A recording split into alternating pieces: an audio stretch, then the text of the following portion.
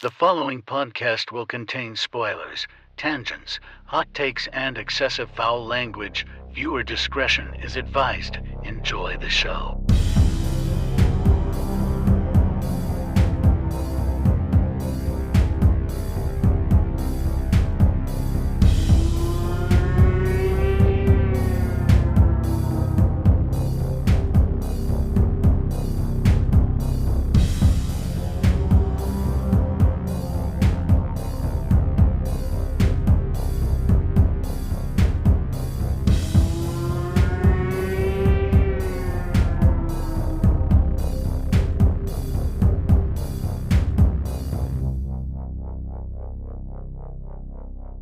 Greetings, horror fans, and welcome to episode 348 of Frightmares. I'm your host, Austin Proctor, and joining me today for 2020's The Invisible Man is Gabrielle Proctor. Hello.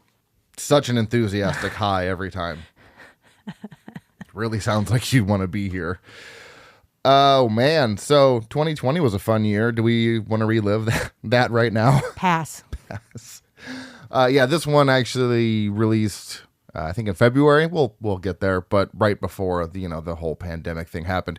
And finding movies that came out around the same time was actually very easy because, March is when everything went down. And, this, like I said, came out in February, but it hits a certain point where I'm like, and that's it for theatrical releases until, what was it, Unhinged with Russell Crowe came out. I remember the last thing we saw in theaters in 2020 was The Hunt. Yeah. And then the first thing I saw back in theaters when we had that beautiful, wonderful, just COVID spacing in the theaters where you bought a seat and then it blocked out the seats next to you. Oh, God, what a time to be alive. Was Unhinged with Spencer in August. So there was like a 5-month gap of no movie. So fun times. But we're going to talk about, a good movie from that year. Really didn't have that much competition, but it still doesn't really matter. But nonetheless, I'm excited to talk about this one because when we did the top 10 of 2020 and this movie came up because it was, number 2 on my top 10, I wanted to talk about my problems because I only had one issue with it. Now I have 3 5 years later. I have a number. But there's one moment I wanted to, it's a spoiler, so I couldn't really mention it on the top 10. But now I can. So history with this movie, saw it in theaters, and that's pretty much it. That was my number 1 that year. The Invisible Man? Yeah. Oh, wow. Kind of burying the lead with our ratings, but that's fine.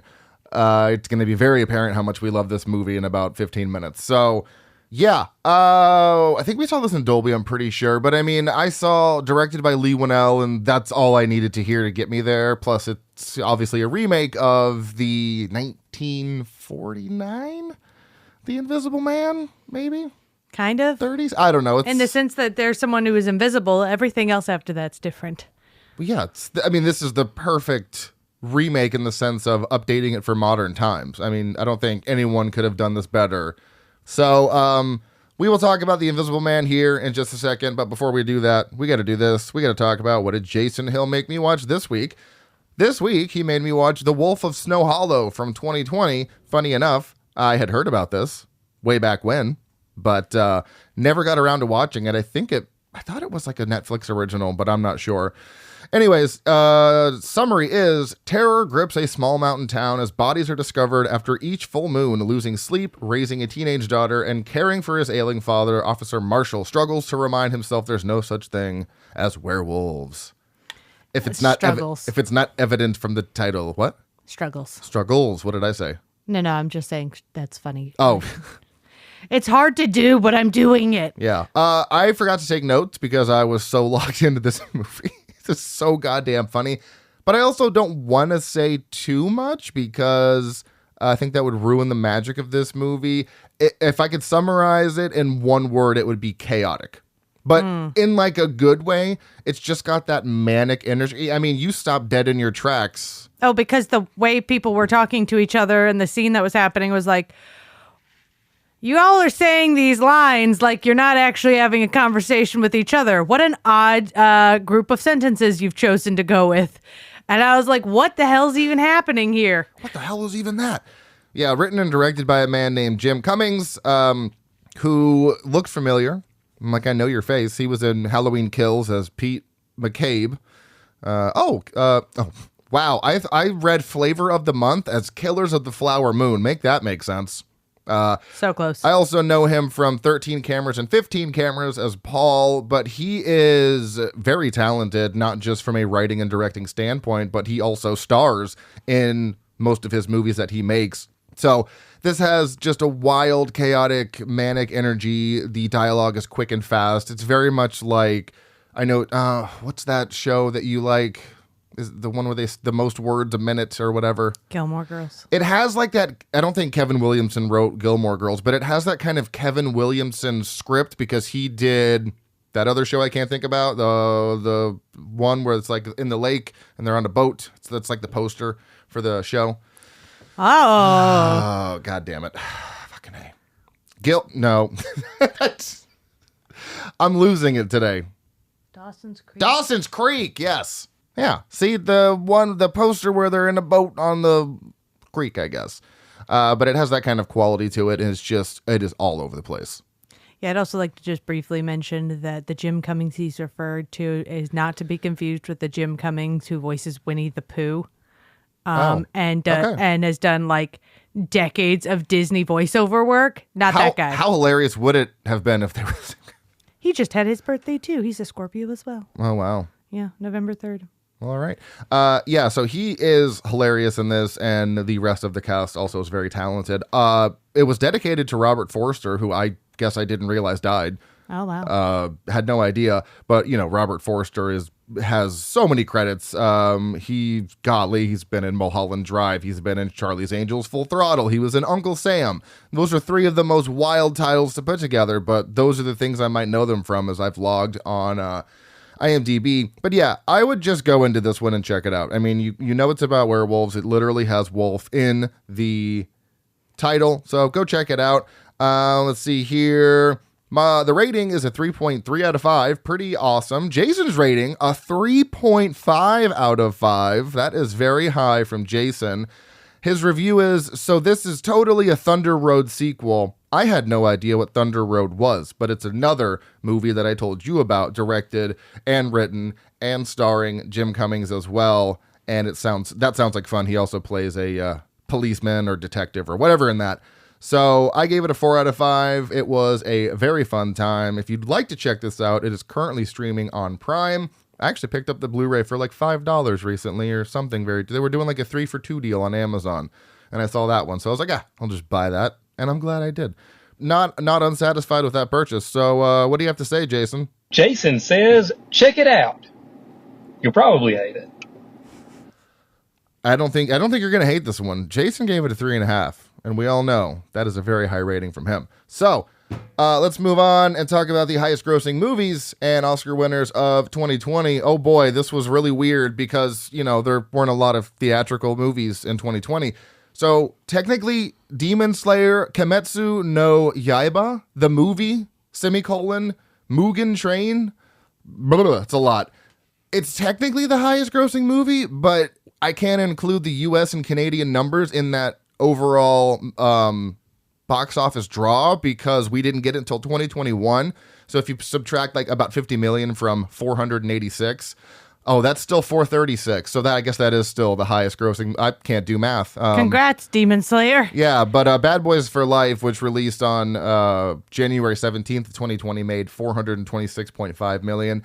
But so technically Demon Slayer still wins because it's about 436. Movie I've never heard of, but that makes sense. If you saw the artwork, you'd be like, oh, that anime. Yeah, probably. But the highest grossing horror movie of the year is the movie we're talking about today, The Invisible Man, 144.5 million, so that's pretty awesome.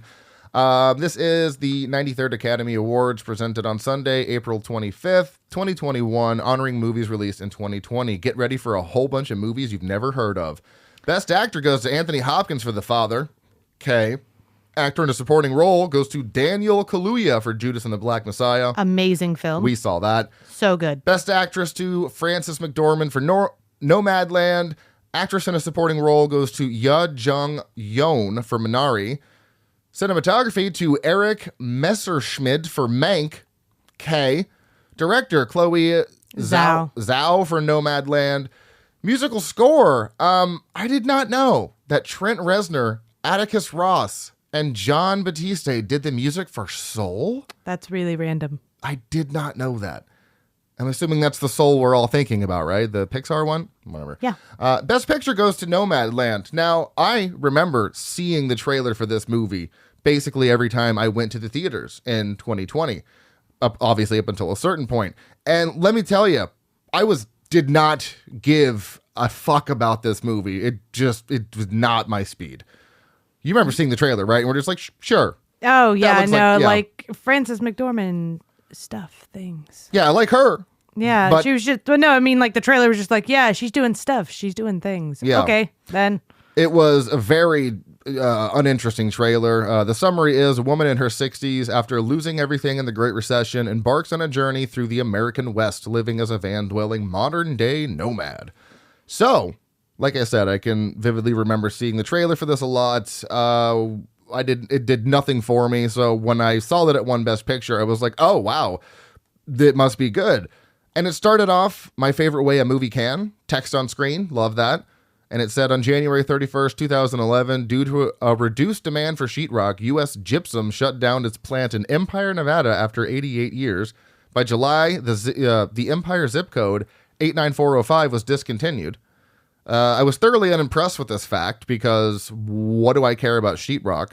But also, I had no idea that they could just discontinue zip codes. So I was like, sure. Yeah, That sounds, yeah.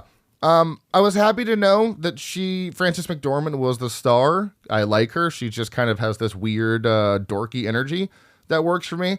But then I got so bored during this movie that I forgot to take notes. Just like, like the exact opposite of what happened with Snow Hollow. I was so into it, I forgot to take notes. This, I don't think I had a single thought while watching this movie. I don't know. I get the story. It's Oscar bait. I think so. I mean, I get it on a certain level because it's a woman dealing with the loss of her husband. She has no idea how to navigate this world. She's just trying to find some sense of community. But the story that it's based around, I had no idea about. So it feels so much more like a niche thing for people who were there and experienced that or were in the surrounding areas. I don't know. This movie's just not made for me. You know what I mean? Like this, I am not the target audience, but also, because much like Moonlight, I'm not the target audience for Moonlight, like me and Corey talked about, but it's a beautiful story. This is kind of just boring. You know, it's just kind of boring. So question, because, Sure. you know, we haven't watched most of these. Judas and the Black Messiah was also nominated that year. That should have won. That should have won. I was going to say, because that Yeah. film, we were just, the climax of that film, you are in dead silent shock. And if you know the events of the film, probably not as shocking. But if you were learning something new that day, Yeah. just the silence is deafening. Yeah, that definitely should have won. And the fact that Elizabeth Moss wasn't even nominated for Best Actress in this movie, The Invisible Man, is a shame.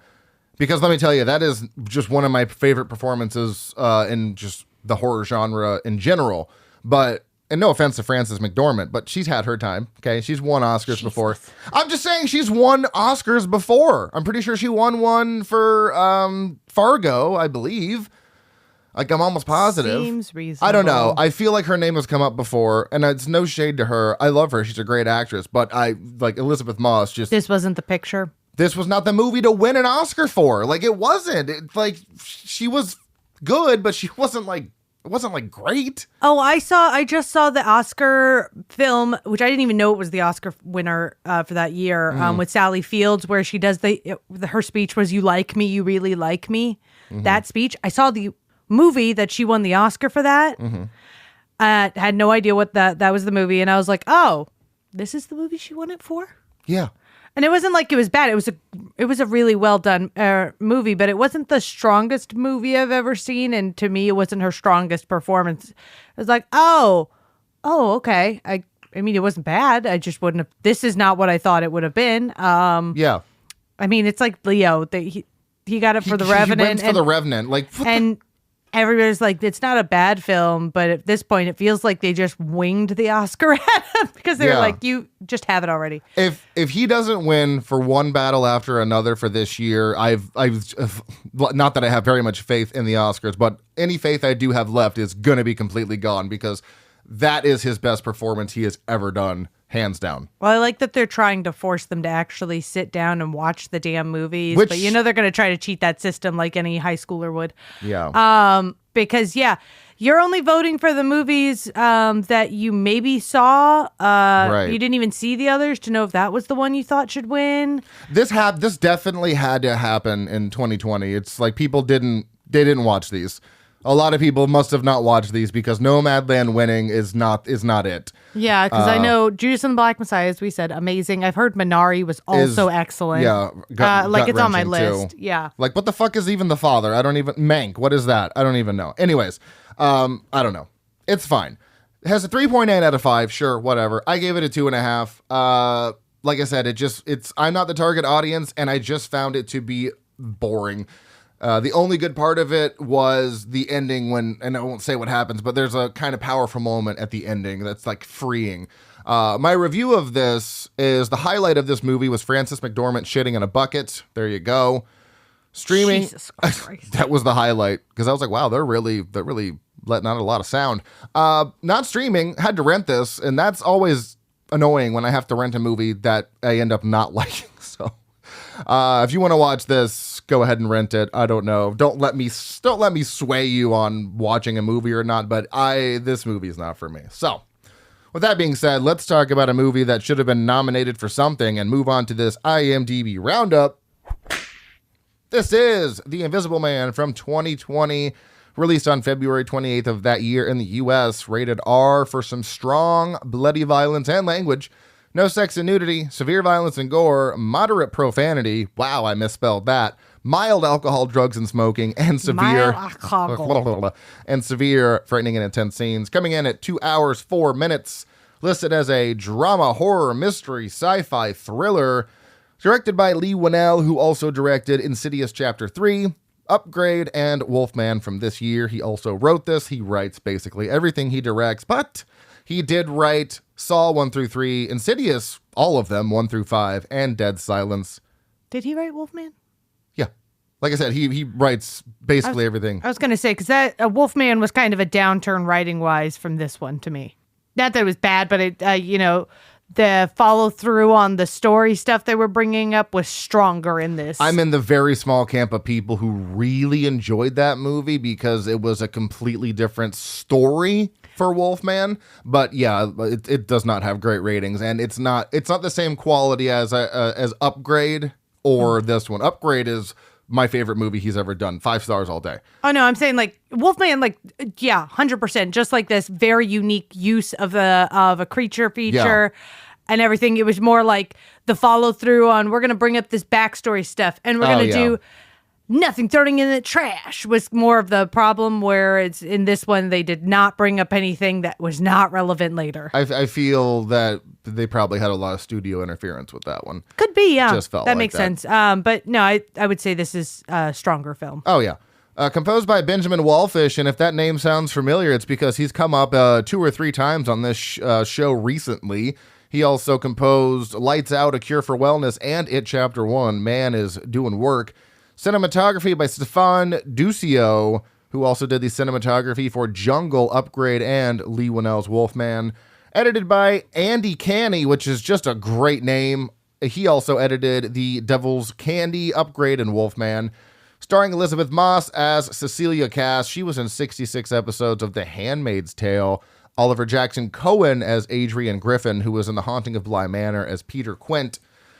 Harriet Dyer as Emily Cass. She was also in 29 episodes of something called Love Child as Patricia Saunders. Aldous Hodge as James Lanier. He was in 77 episodes of Leverage as Alec Hardinson. Storm Reed, which really just sounds like a porn star name. I don't know why. Oh, I'm thinking of Tara Reid and Stormy Daniels. I don't know what I'm doing with my life. Wow. 2 completely different people. As Sidney Lanier, who was also in 13 episodes of Euphoria as Gia Bennett. And then we have Michael Dorman as Tom Griffin. He was also in Daybreakers as Frankie Dalton. Estimated budget of $7 million, grossing, like I said, $144.5 million. This was filmed primarily in Sydney, Australia, but there were some pickup shots and specific scenes shot in Ontario, Canada, Los Angeles, California, and England. You can watch this on Peacock. Movies that came out around the same time. Here we go. The Gentleman. Don't know what that is. The Turning, Gretel and Hansel, Birds of Prey, and the Fantabulous Emancipation of One Harley Quinn. Good luck fitting that on the marquee. Fantasy Island, Sonic the Hedgehog, Brahms the Boy 2, Onward, Bloodshot, and The Hunt, which is it before COVID hit. A lot of very meh movies. And you've seen all the same ones I've seen. So yeah. I mean, I've seen all of these. So, except for Bloodshot. And The Gentleman. Oh, and The Gentleman, yeah, of course. Which I still want to watch, but yeah. The Gentleman! Anyways. And hey, some of these weren't meh. Some of these were fun. The horror movies were all over the place. Yeah. But Birds of Prey and Sonic the Hedgehog were a good time. That's why I said most of them. IMDb summary, when Cecilia's abusive ex takes his own life and leaves her his fortune, she suspects his death was a hoax. As a series of coincidences turn lethal, Cecilia works to prove that she is being hunted by someone nobody can see. This is The Invisible Man. As the attorney representing Adrian's trust, I'm required to read a prepared statement. Cecilia, although our relationship was far from perfect, I thought that you would talk to me rather than run away. Are you okay? What happened to him? He cut his wrist. Per his final wishes, you're getting $5 million. Contingent, of course, on the fine print. He can't be ruled to be mentally incompetent. It just doesn't make any sense. What? Adrian wouldn't kill himself. Listen, you're getting your freedom back, okay? Don't let him haunt you. Hello?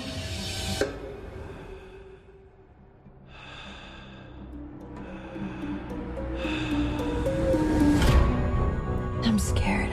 You don't have to be scared of him anymore. He was a sociopath, completely in control of everything. He said that wherever I went, he would find me, walk right up to me, and I wouldn't be able to see him. Are you okay? Someone's sitting in that chair. I found something that can prove what I'm experiencing. You need help. Adrian is dead. I went to his house today. He's not dead. I have a pile of ashes in a box that would disagree with you. He has figured out a way to be invisible. Only thing more brilliant than inventing something that makes you invisible is coming up with the perfect way to torture you, even in death. Adrian's true genius was how he got in people's heads. Don't come any closer. Hey! I'm not crazy. Please listen to me. You're saying the person trying to kill you is in the room right now, but we can't see him? He's listening. Where are you? Where are you? Show yourself! Come on! Do it! There you are.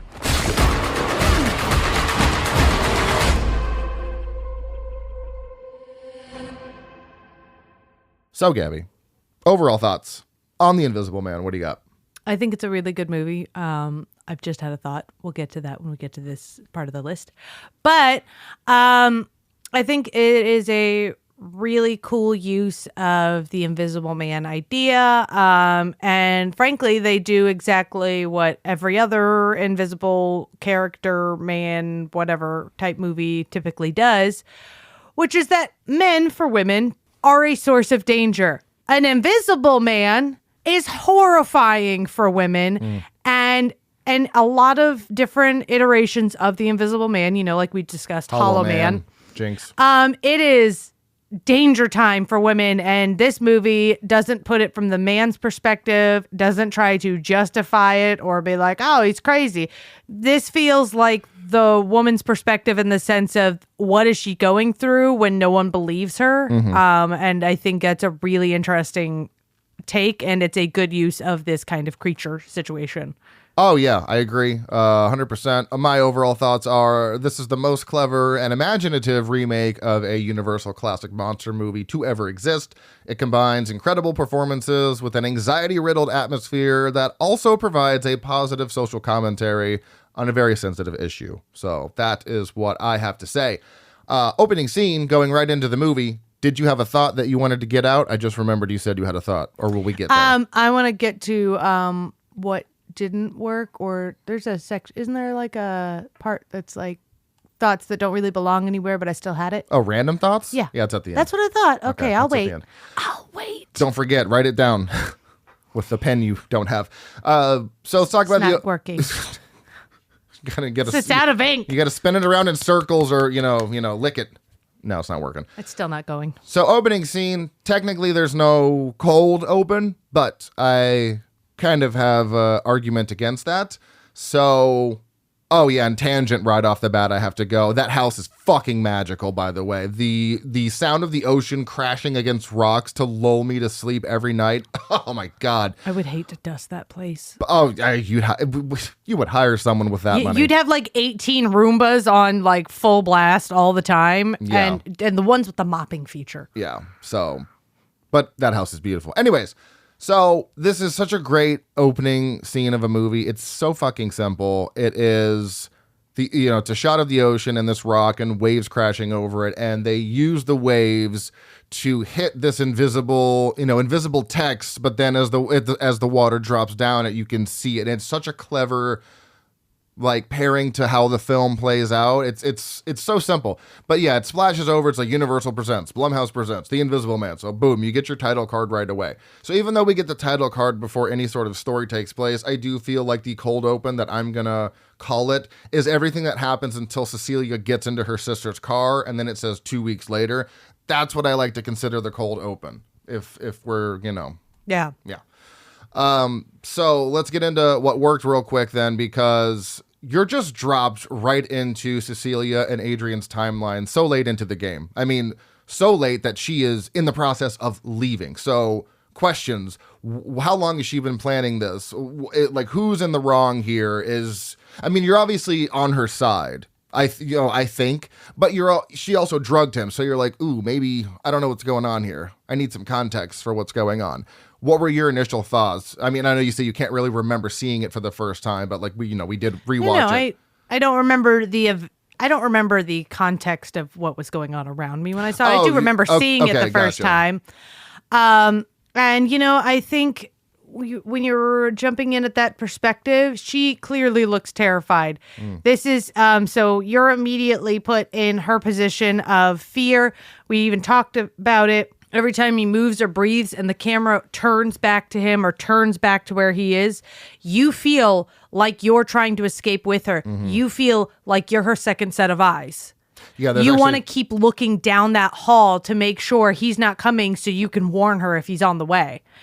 Yeah, there's actually some fun trivia that comments exactly on that. So yeah, and I told you it was an unfair advantage for me, but if you've seen Sleeping with the Enemy, this is Sleeping with the Enemy, but he found her immediately and is invisible.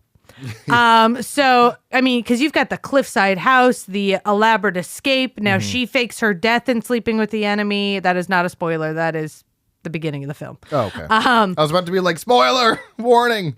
And so for me, the context of everything leading up to what she was doing was already there. And then she ends up telling you what exactly was going on, that she felt like she had to flee like this. But for me, all of that information already existed. And I wouldn't be surprised even if you hadn't seen that movie as a woman, if she's fleeing at night and she's drugging him, she's in danger. She's hiding things. She is in absolute danger. So as a woman, immediately like, oh shit, she's got to get out.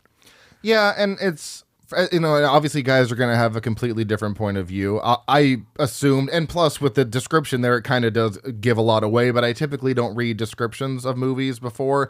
I will either avoid trailers or maybe read the blurb, but I feel like this summary gives away quite a lot. Mm-hmm. It gives away a lot, even though most of this happens, very quickly. But nonetheless, so for me, I imagine she was in danger, but I'm like, wow, God, you had to drug him? So I had conflicted feelings about what was going on, because you don't get an answer from her until a little bit later when her sister Emily asks her, how did we get to this point? And she says that Adrian got so crazy he could almost predict what she was thinking. But like the timing and the execution And the precision she pulled off that escape was actually fucking incredible. I mean, how long were you planning that behind someone's back who knew you almost better than yourself? And you had to do it in a way where he wouldn't find out what you were doing. Yeah, because there's an access code to get into his lab. There was an access code to cut off the cameras and the security alarm. There was so much stuff that she had to maybe kind of just be over his shoulder while he wasn't paying attention. The level of commitment to do that and do it safely takes, like, you got to be honed in on that. And the thing is she even mentions at one point that he says that mentions at one point she was thinking about it. Yeah. She was just thinking about it. She didn't say anything. She was just planning it in her mind. And he looked at her and said, "You will never leave me. Even if you leave me, I will find you and I will be there and you won't even know it. I'll walk right up to you and you won't even know it's me." Yeah, exactly. And so to still manage an escape after that. Yeah, and that's the thing. For you as a guy, and not to say that men being abused doesn't happen, it absolutely happens. It is more rare. It is more typical for women to have to be on alert for danger.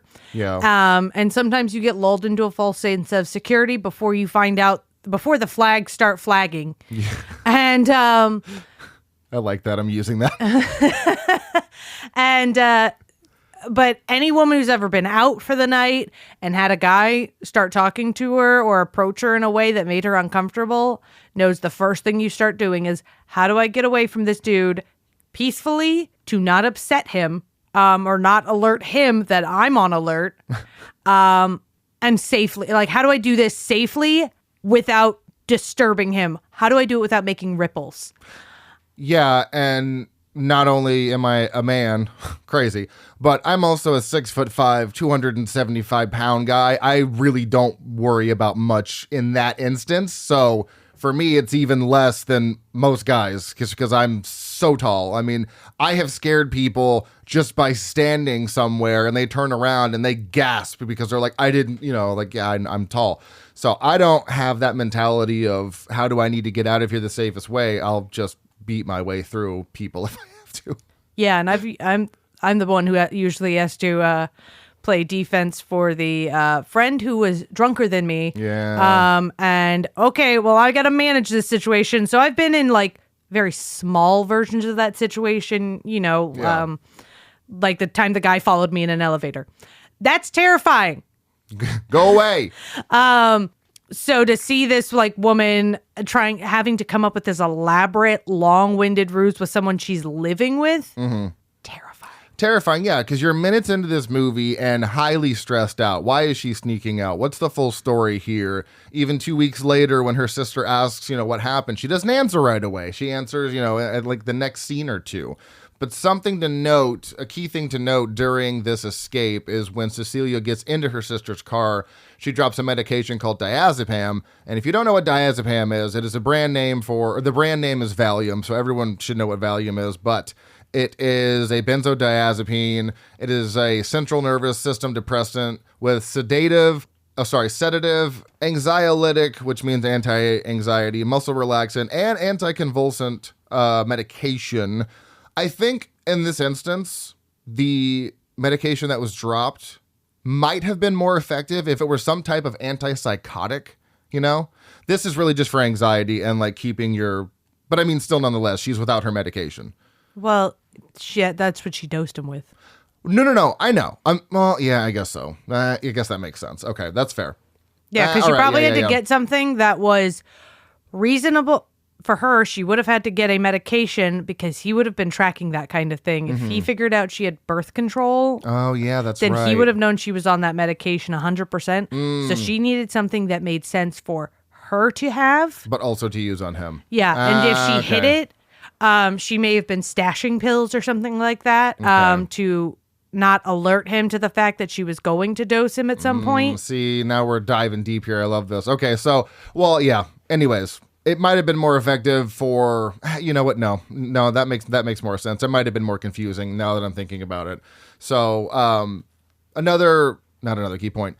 So when she's told that Adrian committed suicide, she, of course, does not believe it and starts and starts making like wild accusations about shit that no one can see.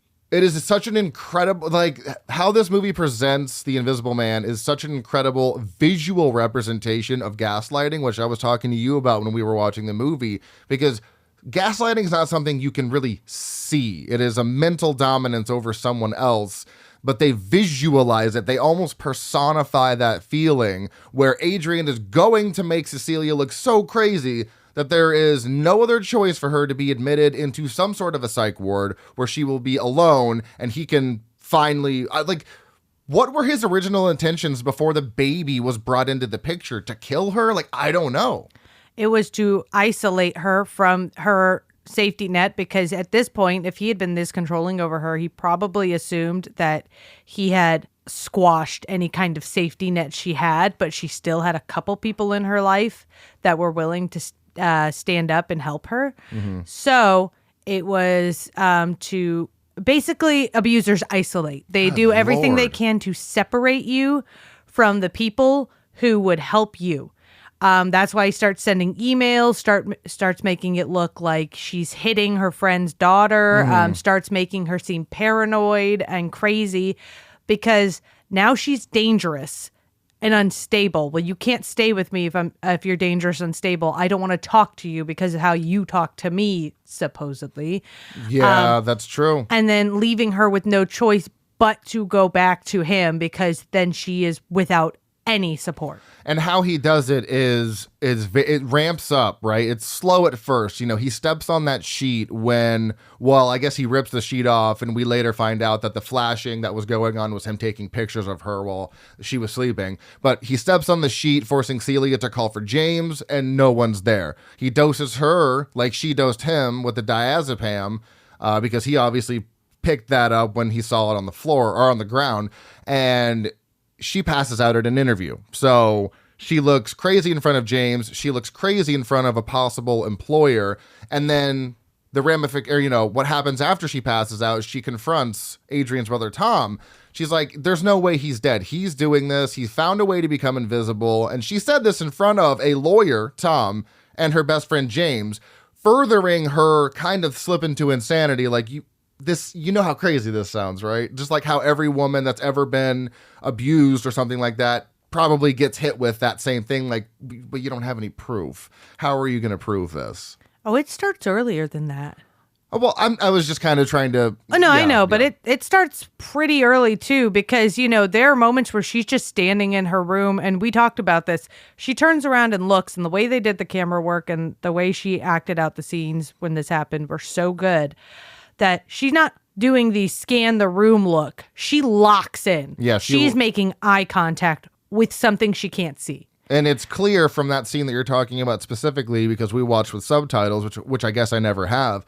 The camera is in the hallway, and it's set on the bottom of the screen, sliding glass door closes. And I was like, oh, I never noticed that before. And it says footsteps approaching.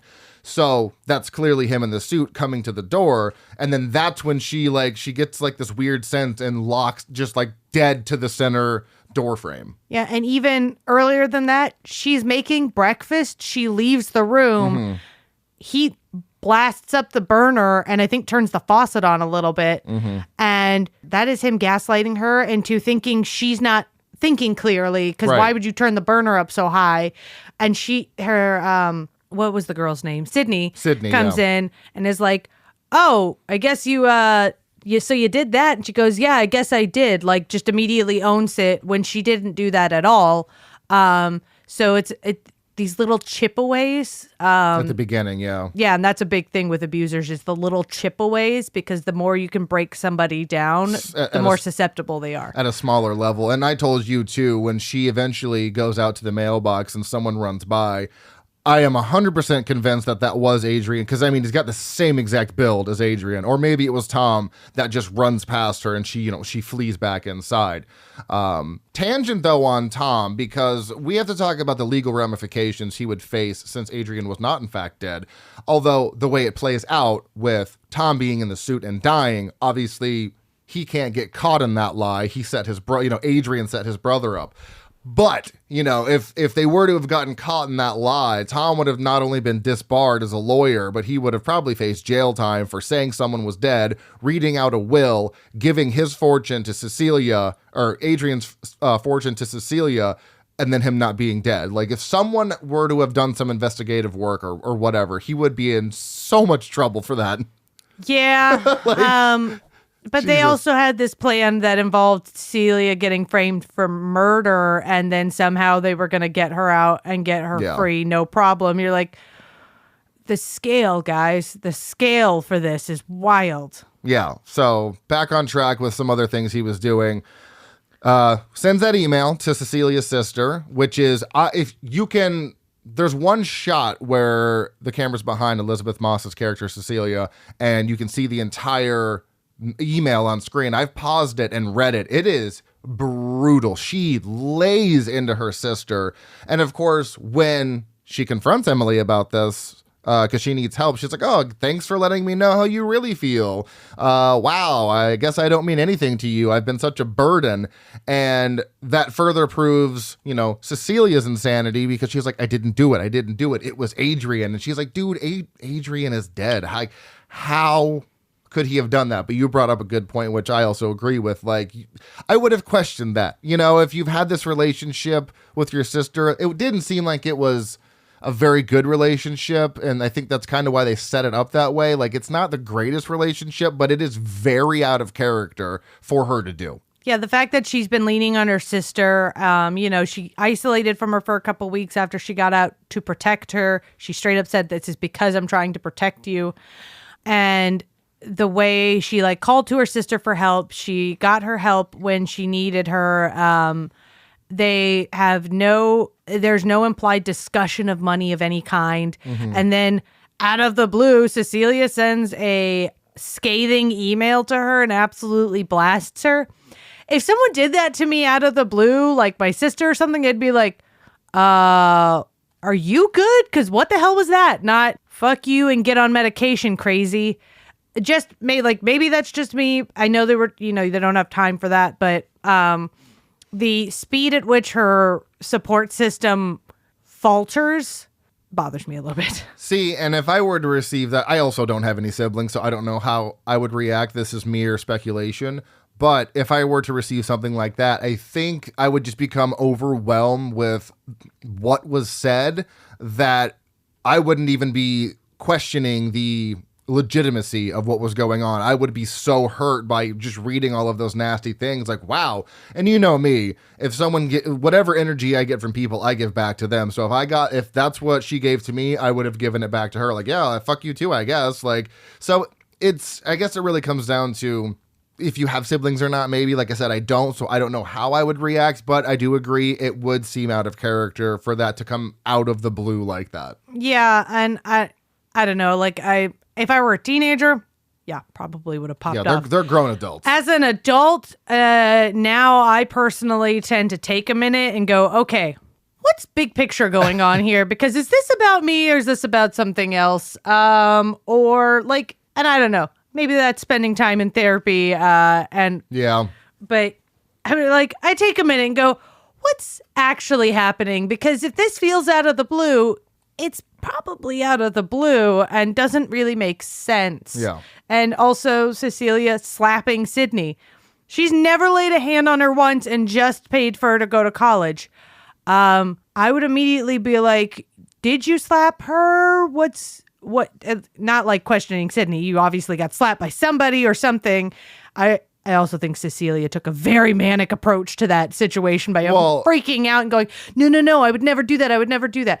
Not okay, I don't know what happened, but I did not touch you. I was over here. I saw you get hit too. I just don't know what happened. Well, yeah, but then you also have to look at it on the inverse, where the child is terrified because she got hit thinking it was Cecilia, and then her, James comes running in and sees his daughter freaking out. My immediate response is going to be, what the hell? I'm getting her out of here. I know. James 100% acted on point.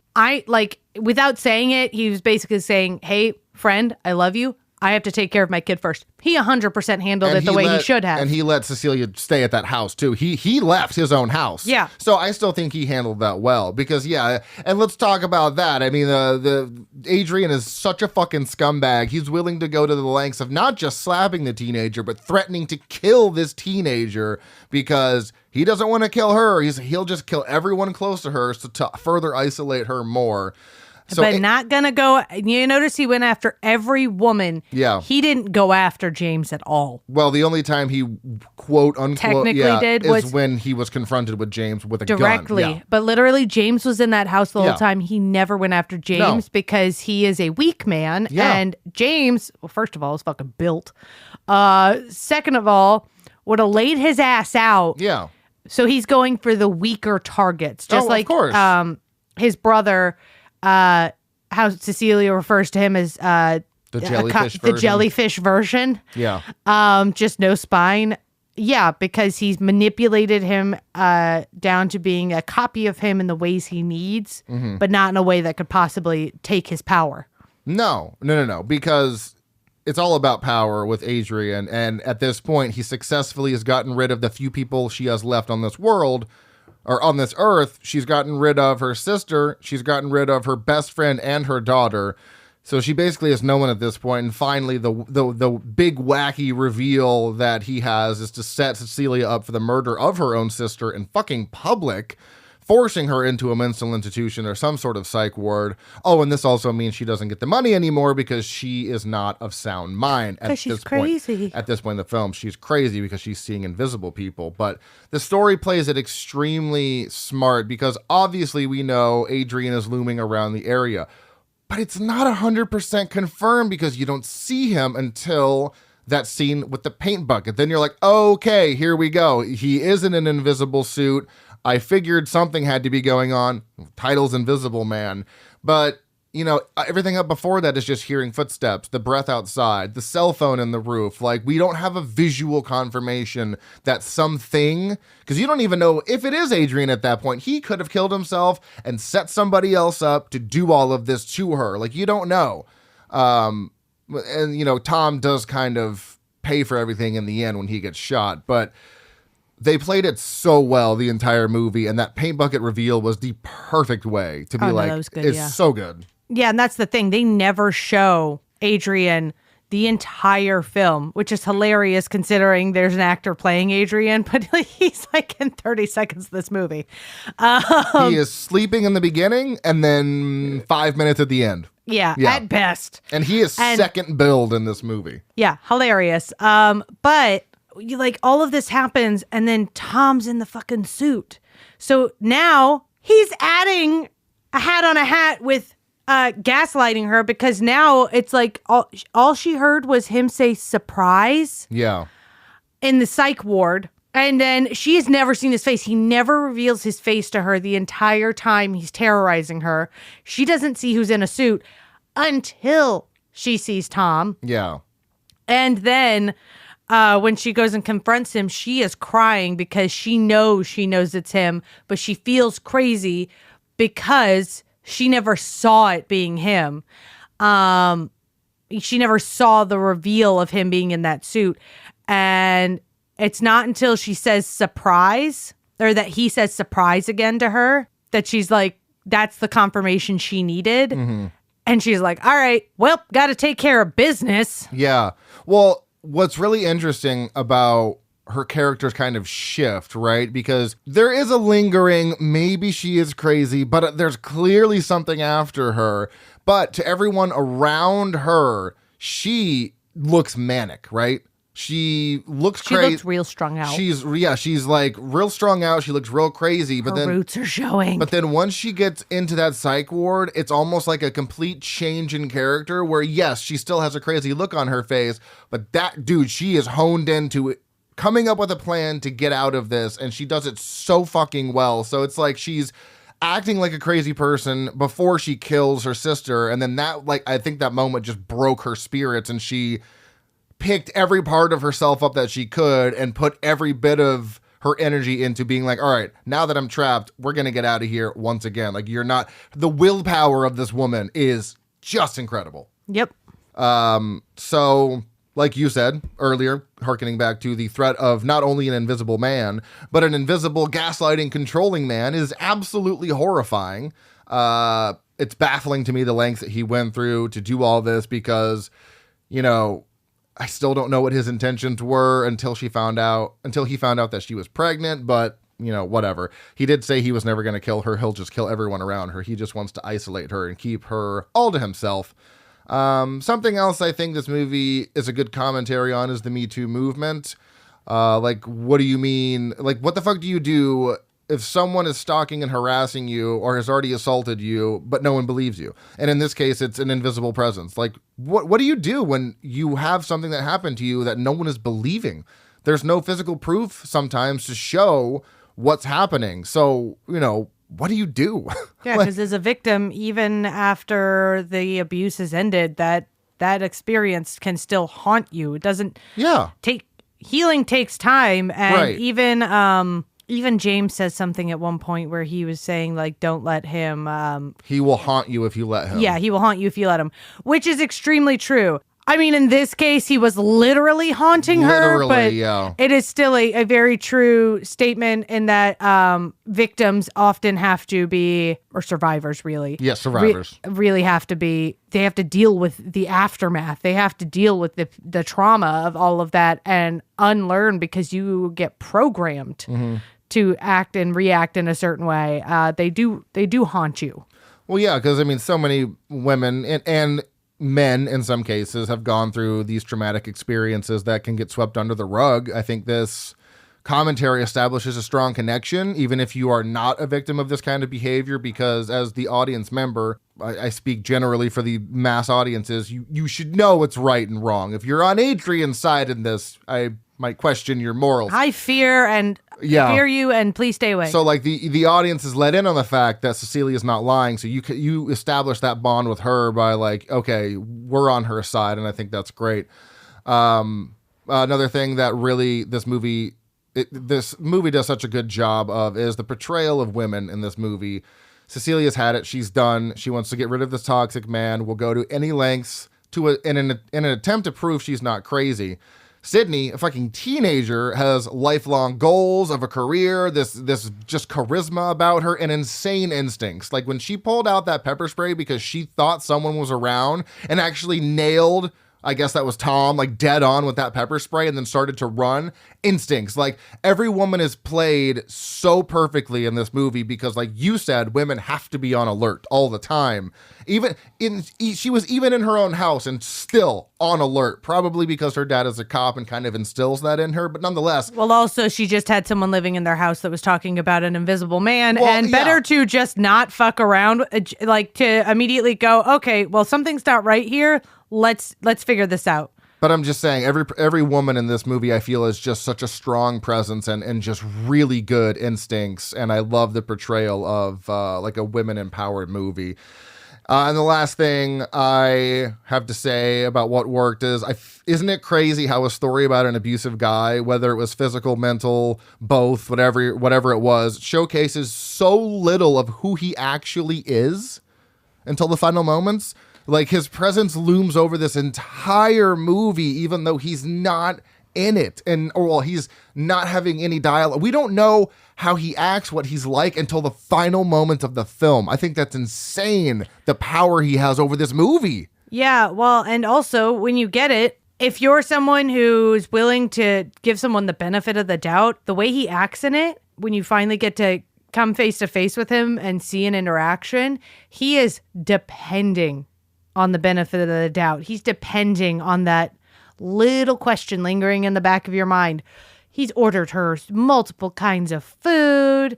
He is talking about how he needs to do better and how he was struggling. He is painting himself as the victim and the repentant boyfriend who, and if you're the kind of person who thinks people should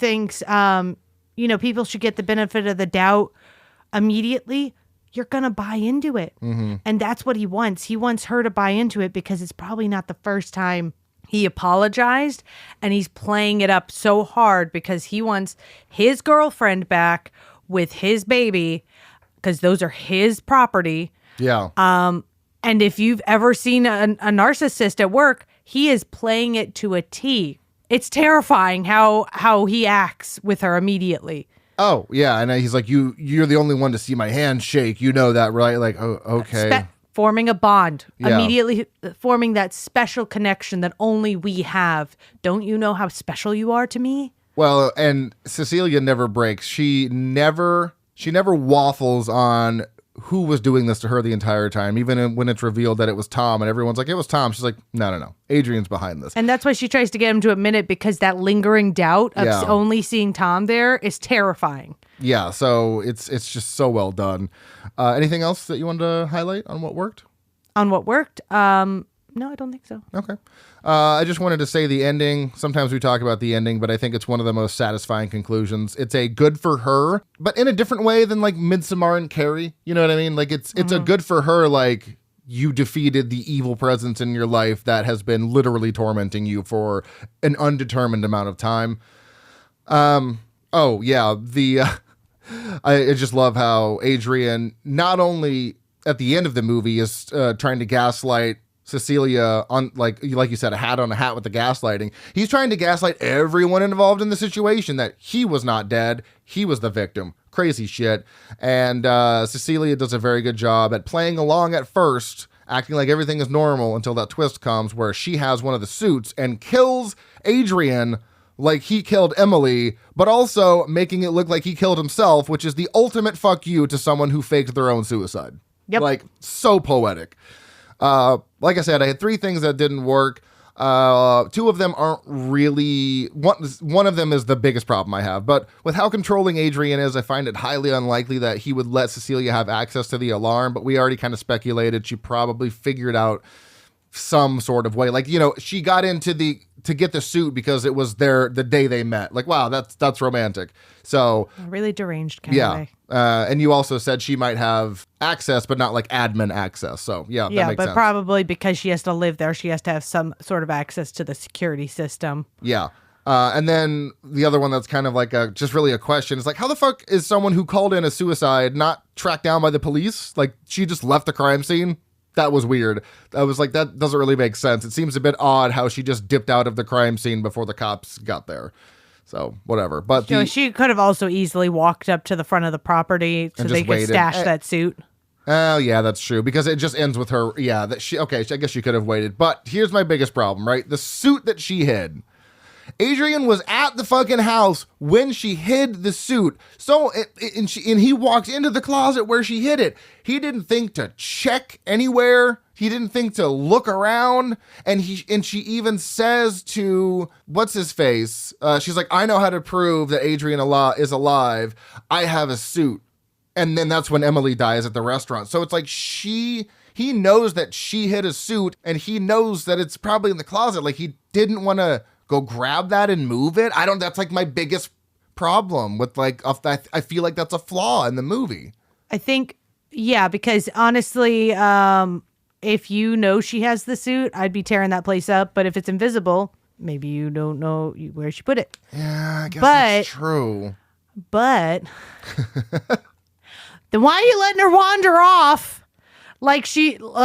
But maybe he's so confident in himself, he really believes that she is warming to him, so he's overly confident in what she's doing, but his face goes so cold when she leaves the room. Like it's like his face, the whole warm personality thing shuts off, which is unsettling. It honestly could have been an ego thing. Like, that's what I'm thinking. She's like, I'm not even going to worry about this because there's no way she's going to do this. So yeah. No way that anyone could actually get one up on him, I should say. Anything that did not work for you? Well, what you just said, and like we talked about earlier, the unwillingness to believe someone who's just been the victim of abuse and immediately cut to calling them crazy and pushing them out of your life is a little heavy-handed for me. Yeah, that's fair. But they've just had her back in their life. Maybe they just don't know what to expect. Exactly. And she's also talking about it, someone being dead, doing stuff, and someone being invisible. So it's really hard to be like, it's hard to take you seriously. Also, but as the people in the movie, sorry. As a dad and as a cop, I don't know. It feels like it wouldn't have been so outside the scope for James to shut the door. All right, let's check the room out real quick because no one else is coming or going out of this fucking room, and there's X number of places for a grown man to be. It's fair. But he didn't do that. So, yeah. Also think it's really screwed that James doesn't kill any man in the entire film. He wounds some guys. Yeah. Renders them unconscious. Only kills her sister. Yeah. Fucking. Wait. Oh, Adrian. Yeah. Sorry. I thought you said. Did you say James? I said Adrian. Okay. I thought you said James, but yeah, Adrian. Yeah. What? Such an asshole. Hot take for me. Not really necessarily a hot take. It's just I just think this is Elizabeth Moss's best performance, so much so that I think she should have at least been a nominee for an Oscar. She destroyed, demolished. She chewed up the scenery in every scene. She was so good. Any hot takes from you? No, okay. Not really. Hooked. It's funny because I'm not necessarily hooked for quite a while, but I am fully invested from the start in the concept and had full faith in Lee Winnell when I first saw this. The moment that actually yanked me in, though, is when Cecilia calls Adrian's cell phone and then the ceiling starts vibrating in James's house. I was like, oh, fuck. All right, this is some confirmation that he has definitely been in this house. So what about you? Is there a moment that specifically drew you in? No, I think I was always in on it. Yeah, that's fair. I'm never lost, even with my minor gripes that I have. I assume you're never really taken out either. Correct. Horror moment. The paint reveal is on another level. I love that. But I would say Emily's death it chilled me. I remember being so confused. Wait, did she kill her sister? That whole scene is done so well and it's chilling. That's the only way I can describe it. So horror moment for you. Yeah, I think when she gets the knife, but also when she actually goes toe to toe with him, in the kitchen, and they're she's just getting swung around and you can't see anything, and she's just fighting air. And she's still kicking his ass a little bit. She's smashing plates on his head, and even though she gets thrown across the table, she still gets out of the house and runs away. He's invisible and still can't even take this girl down. I love it. Yep. Favorite kill for me is Adrian. I mean, it's the best one. Favorite character, James. I love James. Absolutely. Yeah, the best. Least favorite character, Tom. For some reason, it's almost worse for me that Tom knows what Adrian is doing, is in on it, and not doing anything about it. For me, that's just worse than the gaslighting. You're letting this go on when you could easily stop this all right now. As a lawyer, too. Yeah. He has some very big sway in this. So he's my least favorite character because he knows the situation and continues to do nothing, and in fact is helping Adrian be a fucking gaslighter. Yeah, he kind of rotates based on how those kinds of relationships work, and there's no way that Adrian was never manipulating him from the get-go. Right. He kind of goes from this place of being a victim to an enabler, but it's like when we were watching Fallout and the guy said, we were picking on you because when we came in, we were the new guys and people were picking on us, and we just assumed someone new would show up and you just start picking on them, because once you start picking on somebody else, you're in on it. Right. So Tom is working with the bully, so that way they're not the victim anymore. Mm-hmm. And yeah, Tom kind of sucks, but I can understand where this it was not his original choice, but it doesn't absolve him of guilt. Right, exactly. Let's see. Do favorite line? This was just a funny one that I enjoyed when Cecilia and Emily are out at dinner and the waiter is going on about the 3 or 4 different types of water that they have. She's like, just the free kind, thanks. He's like, okay, got it, bye. It just cracks me up every time. So, any favorite line? I don't have a particular favorite line, no. All right, random thoughts. What do you got? I was too locked into this movie for random thoughts, so you forgot, didn't you? Hold on. No, it's gone now. Told you to write it down. I tried. It wouldn't. My invisible pen didn't work. That damn pen. If I did review horror movies instead of shamelessly plugging my own show, it would be calling someone the jellyfish version of another person is the ultimate diss. That was so great. Anything else you'd like to mention before we wrap up here? Nope. Alrighty. Well, let's move on to post-review stuff here. Taglines. I don't like this tagline. What you can't see can hurt you. It's not that great. And there was only one. So the trivia about the opening of the movie. Leigh Whannell chose to not have an opening establishing Cecilia's predicament with Adrian, quote, because I just wanted to drop the audience into Cecilia's situation without any backstory and make them feel everything through her. And luckily I had Elizabeth Moss, who is very good at communicating a lot to the audience without saying anything, even though she's a Scientologist and she's weird. Great actress. Leigh Whannell had told cinematographer Stefan Duccio that this horror movie would feature plenty of light as an invisible man doesn't need to hide in the darkness, and he kind of groaned with pain because cinematographers love darkness. The attic scene is a, quote, little gift that he gave Duccio, and they lit it just with the torch or flashlight. Mm-hmm. As a fan of opening title sequences, Leigh Whannell wanted this film to feature titles that are simple yet speak volumes about the film itself. The one here, waves crashing against the rock briefly, showing the titles before they drip away. Way better than what I said. Came to him on set, and he soon discovered that water is the most difficult thing to get right with CG. This is fun. The first name of the main character, Cecilia, is derived from the Latin cacus, or cacus, which means blind or eyeless. Appropriately, she cannot see the Invisible Man. She's frequently called C in the film, which is obviously pronounced like seeing.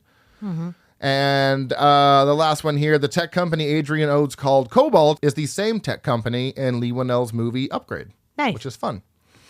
Love a petty goof here. At 26 minutes, when the frying pan catches fire, Sydney rushes in and uses a carbon dioxide fire extinguisher on the burning cooking oil. Using that type of high-pressure extinguisher would blow the burning cooking oil all over the room, spreading the fire. A wet chemical extinguisher should be used on cooking oil. You're also supposed to smother it. Yeah, I just love petty goofs.